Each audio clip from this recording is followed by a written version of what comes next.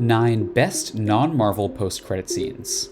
Before we start, I'd like you to hit that red subscribe button so that you never miss out on any of our videos. Hey guys, what's up? Welcome back to Film Sci. Number 9. Dawn of the Dead, 2004. Zack Snyder's remake of George A. Romero's Dawn of the Dead succeeds because instead of trying to replicate the terror of Romero's masterpiece, Snyder approached it as an action movie, so it has a tone and a rhythm of its own. The movie ends on an upbeat note with the heroes making it to the safety of a sailboat. However, the post-credit scene reveals it's not just a happy ending after all. Camcorder footage shows the survivors on the boat running out of supplies, stopping at an island, and being attacked by zombies. Number 8. The Great Muppet Caper, 1981. Back when post-credit scenes were still a novelty, audiences were delighted to see the Muppets singing through the end credits of The Great Muppet Caper. They all sing over the credits while floating past the screen in parachutes. The sequence has a hilarious payoff when Gonzo takes a photo of the audience in the theater and promises to send everybody a copy. Number 7. Jay and Silent Bob Strike Back, 2001. Long before Marvel had its own shared cinematic universe, Kevin Smith had one called the View Askewniverse. Set in around New Jersey, the View Askewniverse chronicles the adventures of the pop culture savvy slackers that circle around the recurring stoner duo Jay and Silent Bob. When Smith gave Jay and Bob their own glorious spin-off in Jay and Silent Bob Strike Back, he ended the credits with his universe's depiction of God, played by Alanis Morissette from Smith's religious satire Dogma, closing a book labeled Askewniverse. This signified the end of the View Askewniverse, but Smith has since returned to the Askewniverse in Clerks 2, Jay and Silent Bob Reboot, and the upcoming Clerks 3. Number 6. Crank 2006. Neveldine/Taylor Cranks is a wild movie. Jason Statham stars as an assassin who's injected with a serum that requires him to keep his adrenaline levels high to stay alive. It's similar to the premise of Speed if the engine of the bus was in Keanu Reeves' chest. Appropriately for a movie that pushes the envelope as far as Crank does, the credits end with a delightfully quirky postscript. The entire plot of the movie is reenacted as a 2D action video game. Number 5. Napoleon Dynamite, 2004. Not a lot of fans realize that there's a post-credit scene in Napoleon Dynamite, but it's so large-scale that it's practically an entire short-form sequel to the movie.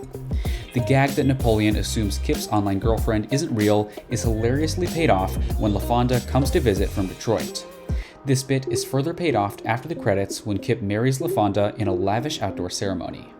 Napoleon arrives on a horse, a wild honeymoon stallion that he claims to have trained. Number 4. Airplane, 1980. The Zucker brothers, the legendary spoofers behind Airplane, Top Secret, and The Naked Gun, are masters of paying off a joke. The post-credit scene in Airplane, the movie that put them on the map, is a perfect example. At the beginning of the movie, Ted abandons his cab with a passenger waiting in the back. Then, the plot gets moving and he ends up on a doomed flight. The post-credit scene reveals that, after all of the events of the movie, the passenger is still waiting in Ted's taxi. He says he'll only give him 20 more minutes to come back. Number 3. School of Rock, 2003. Richard Linklater's musical comedy gem, School of Rock, ends on a high note with the Tyler Band encore performance at the Battle of the Bands. But the end credits provide more closure on the narrative, revealing that Dewey and Ned started an after-school music program to keep the School of Rock going. Over the end credits, Dewey and the kids perform a rendition of AC/DC's It's a Long Way to the Top If You Wanna Rock and Roll, with half the lyrics replaced by impromptu references to the credits themselves. The movie's almost over, but we're still on screen. Number 2. 22 Jump Street, 2014. The sequel to 21 Jump Street is called 22 Jump Street and makes a bunch of self-aware references to this forced titling formula and the artifices of sequels in general. This gag is hysterically paid off in the end credits when the filmmakers pitch sequels all the way up to 43 Jump Street.